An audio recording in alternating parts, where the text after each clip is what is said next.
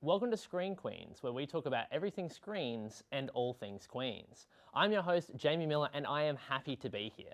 Before we get started though, you may notice, yes, I'm a man, another male host of a talk show. We've seen it all before, from Jimmy Kimmel to Jimmy Fallon to Jimmy Corden. It's just another male Jimmy in front of the camera. But today we hope to shine a spotlight on the underrepresented works of women creatives in the media industry. Did you know that in 2022, only 22% of people working behind the camera on the year's top 100 highest grossing films were women? This includes directors, writers, producers, executive producers, editors, and cinematographers. But what about in front of the camera? Well, it only took Disney 21 Marvel movies to finally release a woman-led superhero film with 2019's Captain Marvel. It's unfortunately a trend that hasn't really gone away, but that doesn't mean there isn't a wealth of amazing screen media being made by women worldwide. In fact, even the local media scene is abuzz with some truly fantastic work that's worth your time. Joining us in the studio today are two producers of the RMIT TV show The Cutting Room. Earlier this week, we visited the set to take a look behind the scenes of a typical day of shooting. Let's take a look. We are live here on the set of The Cutting Room. Let's come have a look.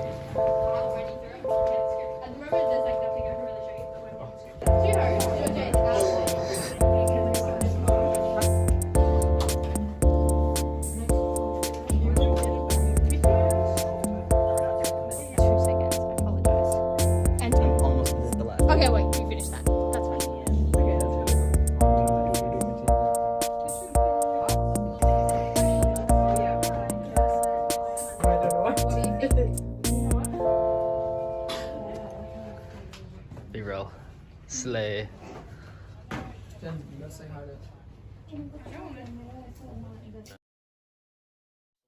Fantastic stuff there.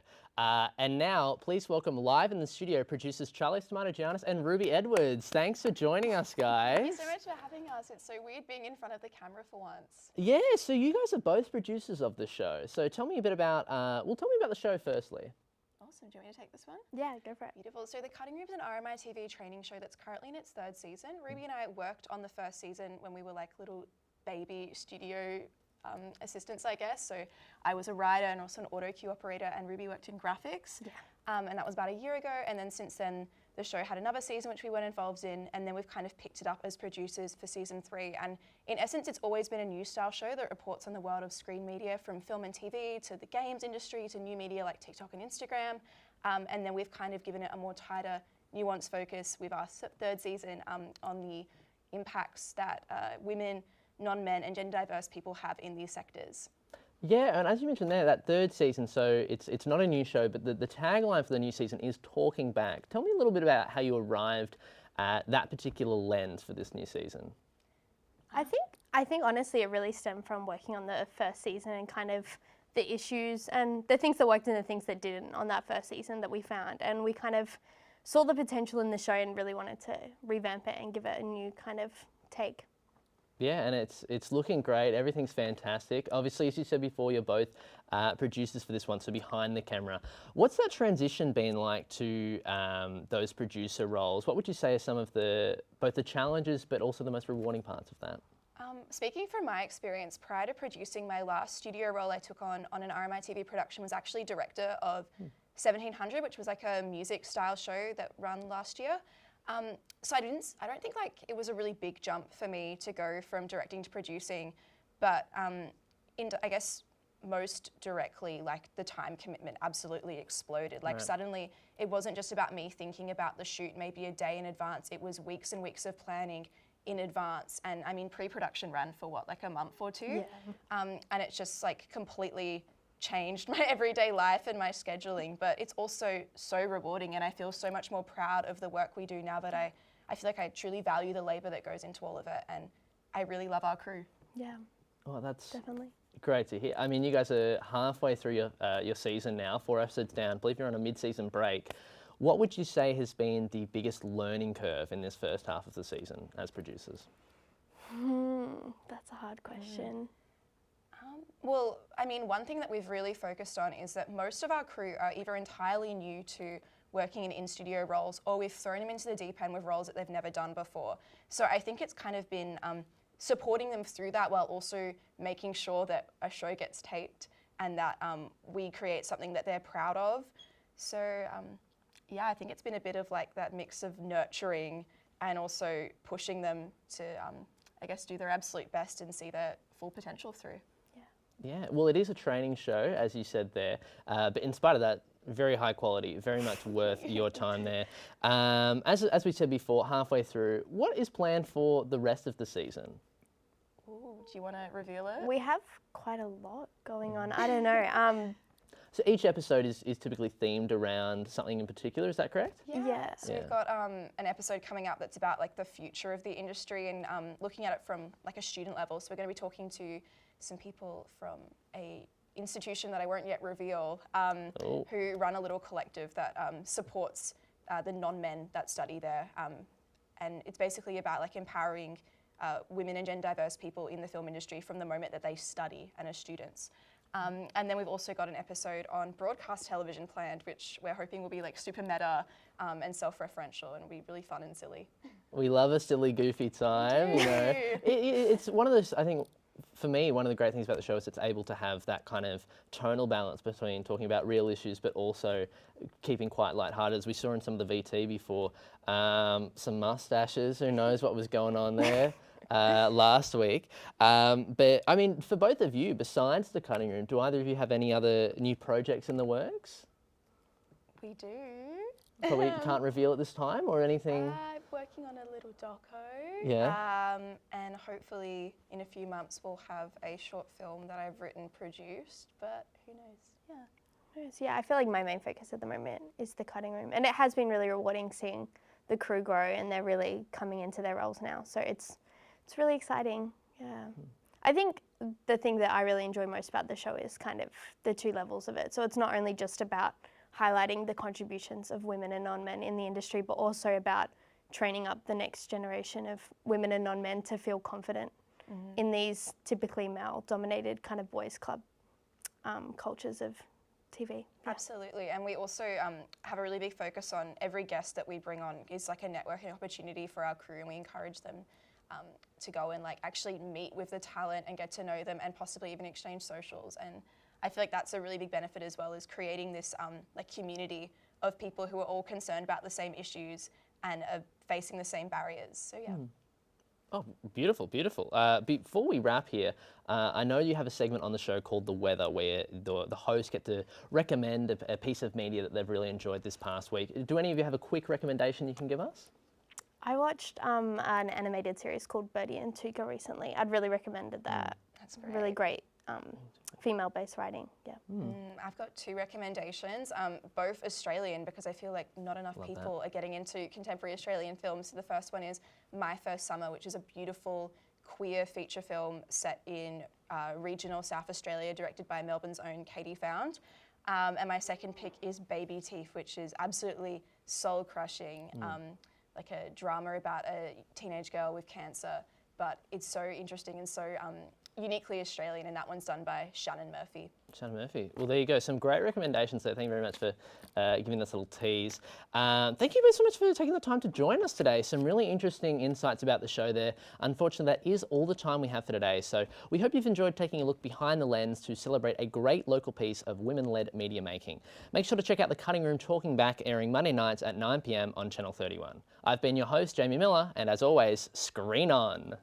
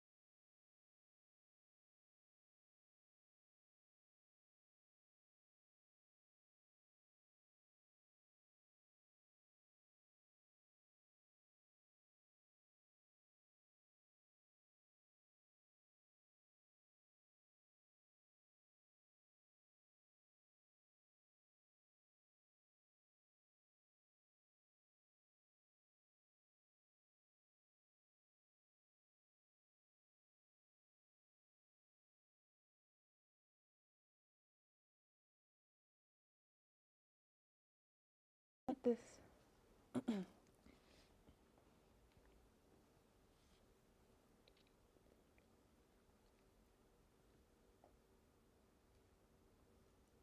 Hello everyone, thanks for stopping by. I'm Alana and welcome to Debunked, the show talking all things conspiracy and misinformation to keep you guys safe out there.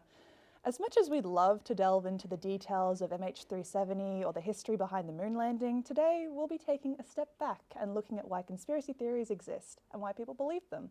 But first, let's see if you can guess real from fake. Earlier, we took to the street and tested if people could correctly identify real conspiracy theories some people believe and the ones we completely made up. Finland doesn't exist. I'd say that's a real conspiracy theory. I reckon there's probably people out there who believe Finland doesn't exist. Yeah? Yeah. You're right, that is a real conspiracy theory. Cats are spies that work for the government. Do people believe that, or did we make it up? I feel like people would believe that. Yeah, I'm guessing that's a conspiracy theory, too. Actually, no, we made that one up. Well, I believe it, so. The colour blue doesn't exist. No, I think we made it up. So it's not blue? Maybe that's a real conspiracy theory. It's a fake Maybe. conspiracy. Wait, maybe. Maybe real? Yeah? Yeah. I'm gonna go with yes. It's real? Yeah. It's fake, we did make that one up. You're looking at it. Welcome back. Hope you were able to play along at home or wherever you are and guess correctly. Now we're going to delve into the psychology behind the skeptics with the help of two wonderful people, Amber and Antonio. Thanks for coming, guys. Thanks for having us. Hello. To start off, I just wanted to ask Antonio, what would you consider conspiracy theory is? Define in your own words. Well, I would define a conspiracy theory as a set of beliefs that a person or ideology may have, which believes that maybe a group of people have malevolent intent, oftentimes being covert or secretive. Amber, what about you? I'd honestly agree. I'd say it's sort of like a belief that someone has that like an organization or a like individual or political individual is behind something for like a malevolent purpose, I guess. Yeah, of course. Now, Antonio, you're studying psychology, correct? Yeah. Could you maybe delve into the psychology behind why people believe these conspiracy theories in the first place? Oh, sure. Well, you know, with a lot of things such as, well, partial mental illness, there are many biological, social, and just like lifestyle factors that may influence this, such as in-groups. If you're a part of a group that may believe a conspiracy theory or is aligned with the ideas of one, you might follow along or simply believe it. And with things like that, it comes with confirmation bias, where if you begin to believe a theory, things that may seem mundane to someone may be hints or factors which may build to a stronger belief system. There is also links that there may be mental illness could play a large role as a whole. Things like paranoia, depression, these things can make people believe things that may hint to them, yeah.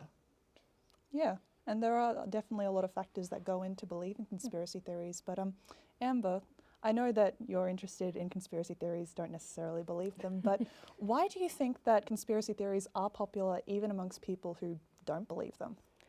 I'd say it's like, I feel like humans like believing in something. They like the security that like a story or something can give them. And even if you don't believe them, knowing that there might be like a reason for something happening, like there's someone behind something happening, I think gives us security as like a population. Yeah, definitely. Are there any conspiracy theories that you just have an interest in? Not necessarily believe, but you just think it's fascinating? I don't believe it, but I find it really interesting. The conspiracy theory that people believe the moon landing is fake. Yeah. That's one that I've always found interesting. Oldie but a goodie, isn't it? Yeah. Well, how do you think that social media plays into like the spreading of these conspiracy theories? Because the moon landing one has been around for a long time, but with social media nowadays. Yeah, for sure. I'd say that social media plays a huge role in it. I mean, you've got YouTube, TikTok even, where people are talking about these. They've got like millions and millions of views, some of them, and like, I mean, social media is just a network for all of it, and it means that anyone has access to it. It's not just in a certain group, it's children, people who are older. There's a wide range for an audience. Antonio, what are your thoughts? Oh, absolutely. A lot of times the internet can create message boards and echo chambers which kind of feed into themselves, creating a greater and greater community. And with that, outside influences such as fact-checking can be removed. So when such a group is predisposed to believing in a conspiracy theory, more people add on to that pile, and oftentimes incorrect information is just completely lost, as the people who would care about that, well, those important truths may not have any interest in discussing with a forum or community like that. Absolutely, and considering that there is difficulty fact-checking and stuff like that, how do you guys navigate all of this? Like, what's your advice on how to navigate amongst all this conspiracy? I'd say be curious, but always look for like a professional's opinion. Don't necessarily rely on what you hear. I believe it's just fact check, and also just have a look at maybe what the internal biases of a group may be. If someone's trying to peddle you something, or, you know, there is a ulterior, let's say, political motive to a belief system. Yeah, absolutely. Thank you guys so much for being on the show today, but unfortunately, that's where we'll have to end our investigation for today. We hope you learnt a little bit more about conspiracy theories and why people can get addicted to knowing every little detail of some of the world's biggest mysteries. Thank you to our guests, our production team, and last but certainly not least, a big thank you to all of you out there. We'll see you next time.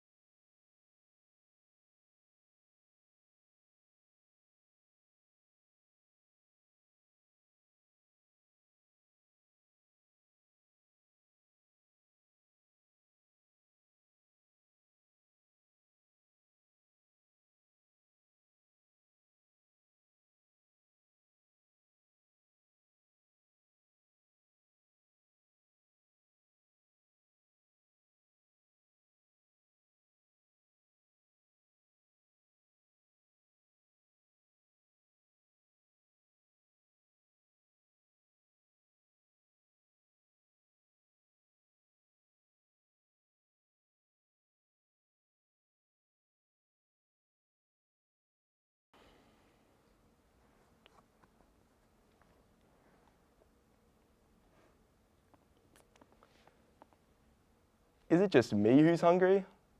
Hi, I'm Zach, and welcome to the dinner table. And today we'll be talking about everything food. From the wonderful people who make it when we can't be bothered to the superfoods that keep you healthy.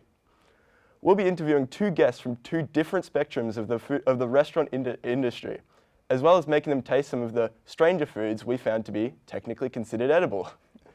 But first, let's take a look at how the average person rates their own cooking skills, as well as what some of their favourite foods to eat are. Do you like cooking? I do like cooking. I'm part of an Indian family, so gotta cook almost every other meal with mum. On a scale of 1 to 10, how good a cook do you think you are? A 5. I can learn to cook anything, but I don't cook often. Yeah, fair enough. What's your favourite meal to cook? Probably rice and kidney beans curry. It's yummy and it's also easy. How good a cook do you think you are? If one is pouring milk into cereal, I'd give myself a 2. A 2? Nice. So that's fine. Everyone has different experiences. What's your favourite thing to eat though? Just chicken. However it comes, however it goes. However it comes? Yeah, no, I'm not a picky eater. Favourite sauce? It's teriyaki. I don't have time to be picky. Fair enough. Well, after seeing and meeting some of the confident and less confident home cooks and giving them a good grilling, let's meet our two professionally employed chefs. Our first guest is Karina Ladelfa, named one of Melbourne Food and Wine's 30 Under 30, and an awesome pastry chef who's currently starting up their own bakery. And in contrast to our second guest for today is Hamish Oborn, a chef at the beloved fast food restaurant that we all know and love to go to at 3 a.m. when we're hungry, McDonald's. So our first question is, how does your day start at the food service industry? Well, it depends. If you're in a bakery, you'd usually wake up at like 3:30, get to work by 4. So pretty early, you're pretty groggy. And then you're just in the front of the ovens most of the time. But if you're in a restaurant, it's probably the start of a double shift. Yeah. What about you? Yeah, no, I get up pretty close to my shift, like 20 minutes before my shift, head off, depending on whether it's an overnight or a morning shift. Yeah. Yeah, fair enough. Yeah. How did you guys get into your cooking careers? I started as a part-time job. I used to go to the local bakery before school and on the weekends, and then I was just like, I'm pretty good at this, I'm just going to keep going. Yeah, a family friend of mine worked there and he just offered me a job, so I took it. So, yeah. That's good. What's your favourite thing to cook?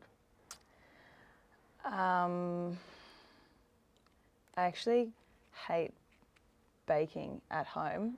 I usually just resort to pasta or get my partner to cook. Fair enough. I'm the opposite. I love baking at home. My mum's an amazing baker, so I normally bake with her quite a bit, like cookies and cakes and all that. Oh, slices. yum. Yeah. What is the hardest part about your jobs? Oh, that's a tough one. Well, apart from constantly learning, I would say just the hours are really hard. For me, it would be the time limit working in fast food, because you get an order and then within 15 seconds they expect the whole meal to be made essentially, so it can be quite high pressure sometimes. Yeah. So now we're going to have to go into taste testing. So it's usually pretty easy to judge what a food is just off looks, but how do you think you'll go about it blindfolded? Probably not very well. It will definitely be interesting, I'm not sure. Yeah. Let's have a look. This is so...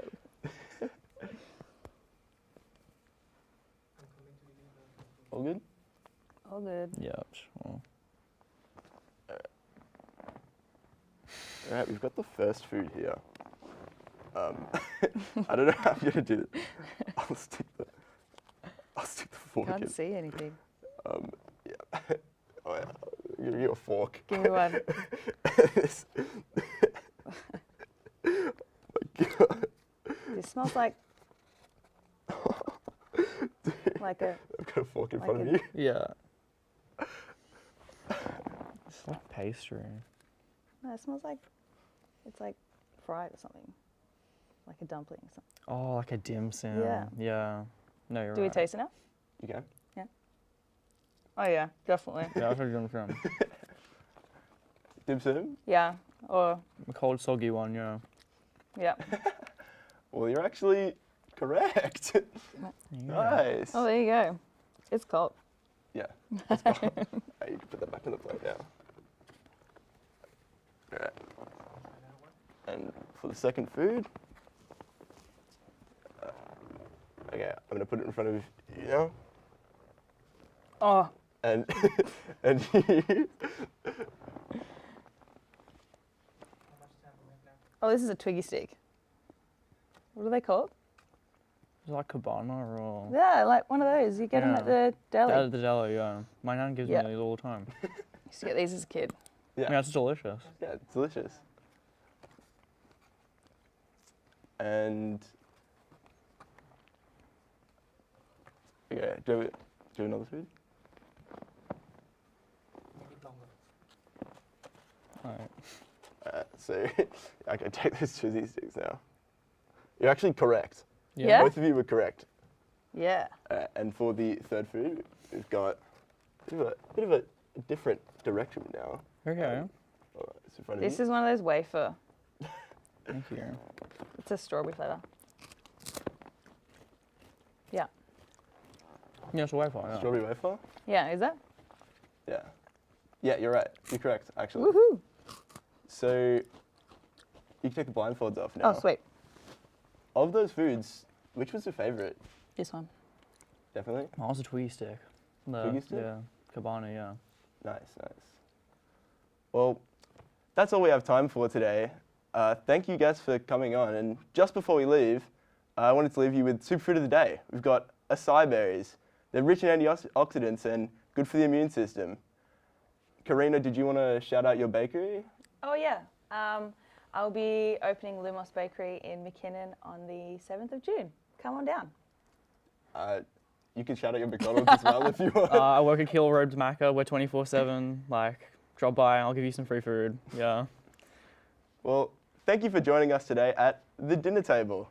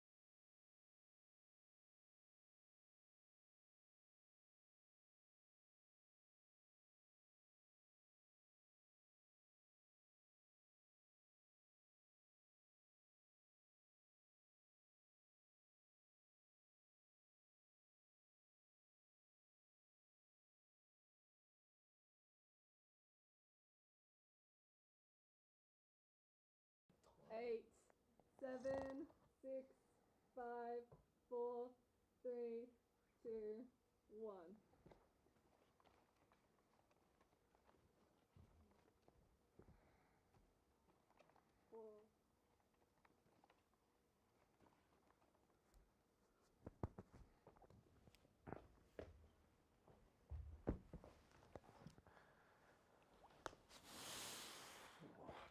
Coffee? Yep, thank you.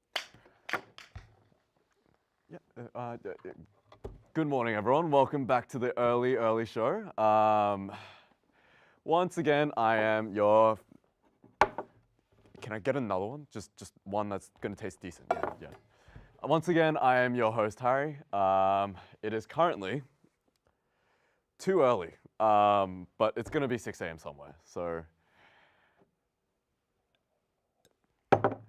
today we've got a really exciting show prepared for you with never before interviewed guests.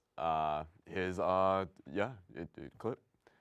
10 minutes ago. Hello everyone and welcome to our behind the scenes of the early show. Welcome to our dressing room. This is where our crew get ready and where our talent prepare for the morning. This crew really supports each other. Harry, we're filming behind the scenes. Can you Coffee. We're like a family. What? He said that. Welcome to the behind the scenes. I'm Harry. The interviews were cancelled. Interview got cancelled. Probably they just hate Harry. I'm actually quitting next week. I don't really care about this show today. We're pretty on schedule. It's like 5 minutes. Morning is really calm and organized. What are you doing? Get ready. We gotta go. Lighting guy to be interviewed. We're gonna get the set ready. Can you go get that? What are you? Please welcome our esteemed guests, lighting guy and a random uni student that we found off the street.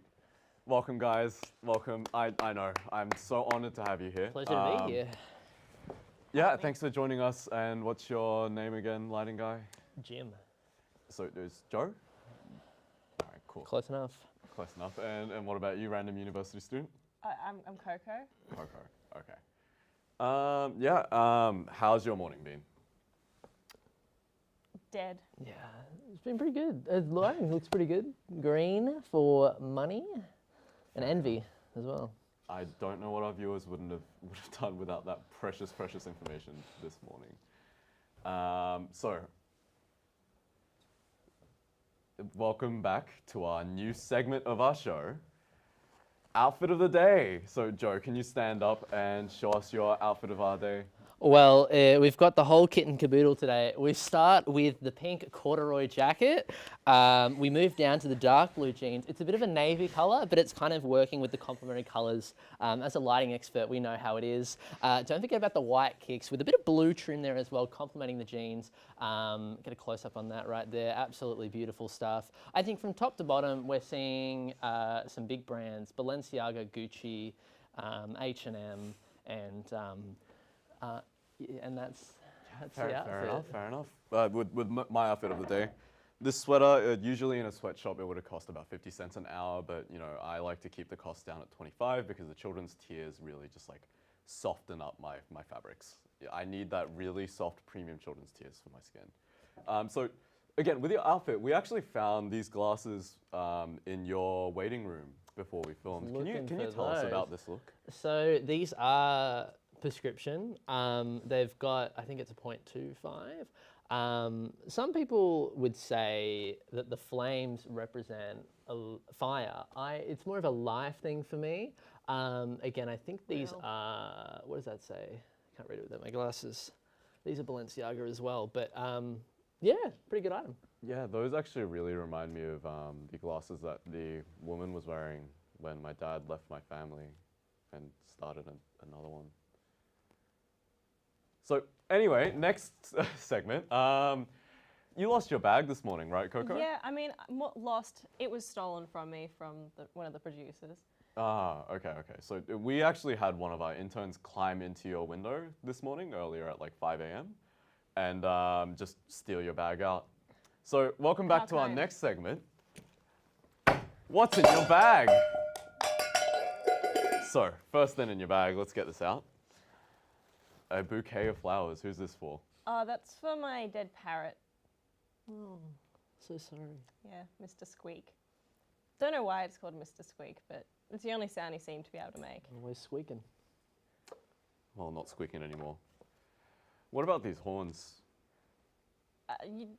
You're not supposed to see that.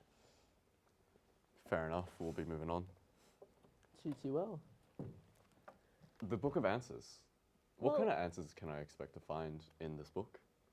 Any, Any. yeah, like even deepest, darkest, they'll be in there.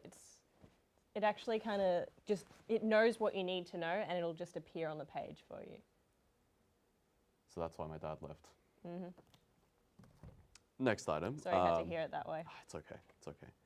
We have a Pez dispenser with antidepressants inside them. Oh, I was going to say, I have one of those as well, not with those Not in with there, those in but there, yeah. Not with those. That's not only antidepressants, but also antipsychotics. Ah, antipsychotic. Nice. So is it like a random like Russian roulette Yeah, kind of it's like I don't know which one I'm going to get, so it's just kind of like a, we'll see which one I'm solving today. Fair enough, fair enough. Well, it looks like the sun's kind of up now, and that's all the time that we have for. Joining us on ABC, thank you for joining us on ABC Kids this morning. Hope these super exciting, never before interviewed guests helped you start up your morning. Thanks for coming on the show. And that was the Early Show. Coming up next is the Play School hosted by Jimmy Kimmel Jr., 30 Orphans, and the Priest from Down the Road. I've been Harry, and is my mic off yet? Yeah, it's off, yeah. Can I get another coffee, please? I need one that doesn't taste like it's been wringed out of a goddamn sock.